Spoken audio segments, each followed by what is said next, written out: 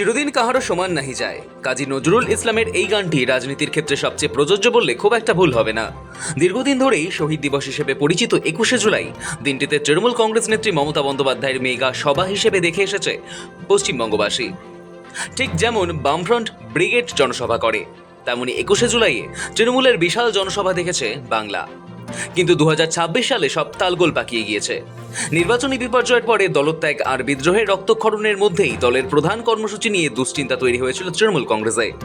দল যখন ভেঙে টুকরো টুকরো, সেই অবস্থায় এই বছর আদৌ 21শে জুলাইয়ের শহীদ দিবস পালন হবে কিনা, আর তা হলেও শহীদ তর্পণ এর সেই বার্ষিক কর্মসূচি কিভাবে এবং কোথায় হবে তা নিয়ে সংশয় তৈরি হয়েছিল তৃণমূলের অন্দরেই।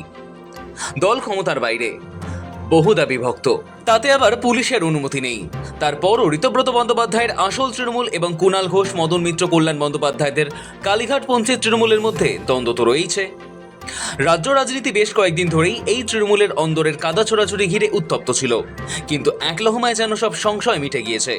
ধর্মতলা চত্বরে 60 দিনের জন্য কড়া নিষেধাজ্ঞা জারি করেছে কলকাতা পুলিশ। সম্ভাব্য বিক্ষোভ, অশান্তি এবং জনশৃঙ্খলা ভাঙনের আশঙ্কায় এই পদক্ষেপ নেওয়া হয়েছে বলে জানিয়েছে পুলিশ প্রশাসন। তাই ধর্মতলায় 21শে জুলাই পালন করা নিয়ে ঋতব্রতপন্থী এবং মমতা বন্দ্যোপাধ্যায় পন্থীদের মধ্যে যে তরজা চলছিল, তাতে এক নিমেষেই ফুল স্টপ দিয়ে দিয়েছে লালবাজার।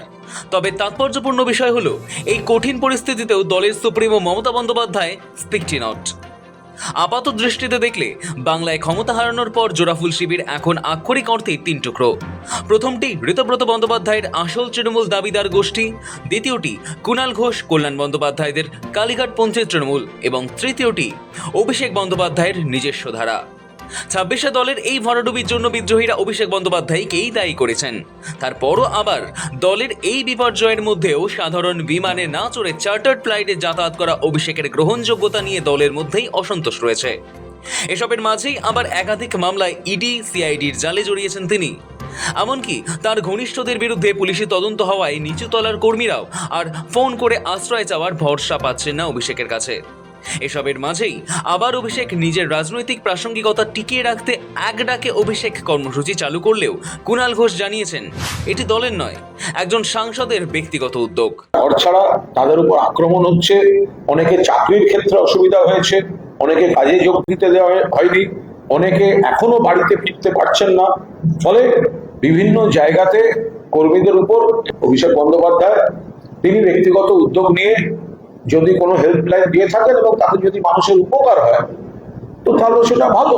কিন্তু দলের যারা অ্যাক্টিভ আছেন তারা ইতিমধ্যেই গোটা বিষয়টায় যার যার এলাকা ভিত্তিক তারা আছেন, এবং কল্যাণ বন্দ্যোপাধ্যায়ও কিছুদিন আগে একটা পোস্ট করেছিলেন যার যার সমস্যা হচ্ছে। হেল্পলাইন না, এটা ওনার ব্যক্তিগত একটা কিছু, তো সেটা আমরা নিশ্চয়ই কথা বলে নেব।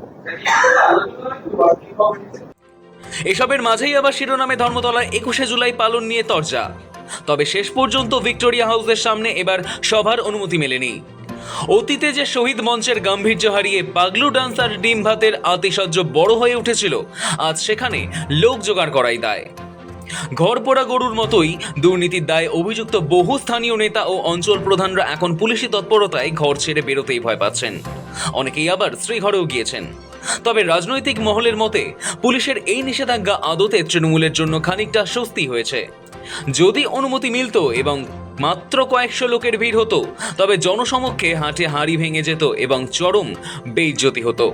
ফলে এখন সরকারের বাধাকে ঢাল করে মুখ রক্ষার সুযোগ পেল কালীঘাট।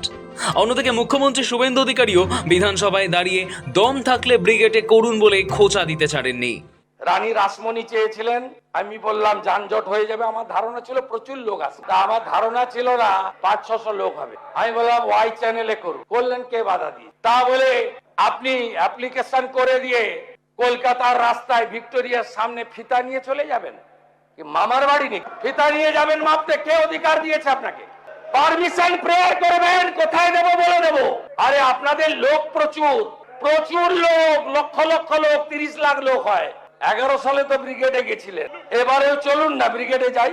দম আছে, দম আছে, দম থাকলে লড়ুন। ফলে সব মিলিয়ে তৃণমূলের 21-এর আবেগ আজ অতীত।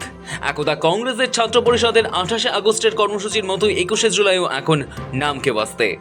এদিকে দিল্লিতে দলের সংখ্যাগরিষ্ঠ অংশ প্রতীক দাবি করার পর কুণাল মহুয়ারা বলতে শুরু করেছেন, ঘাসফুল নয়, মমতার মুখই প্রতীক। নিজের হাতে তৃণমূল কংগ্রেসের সিম্বল এঁকেছিল।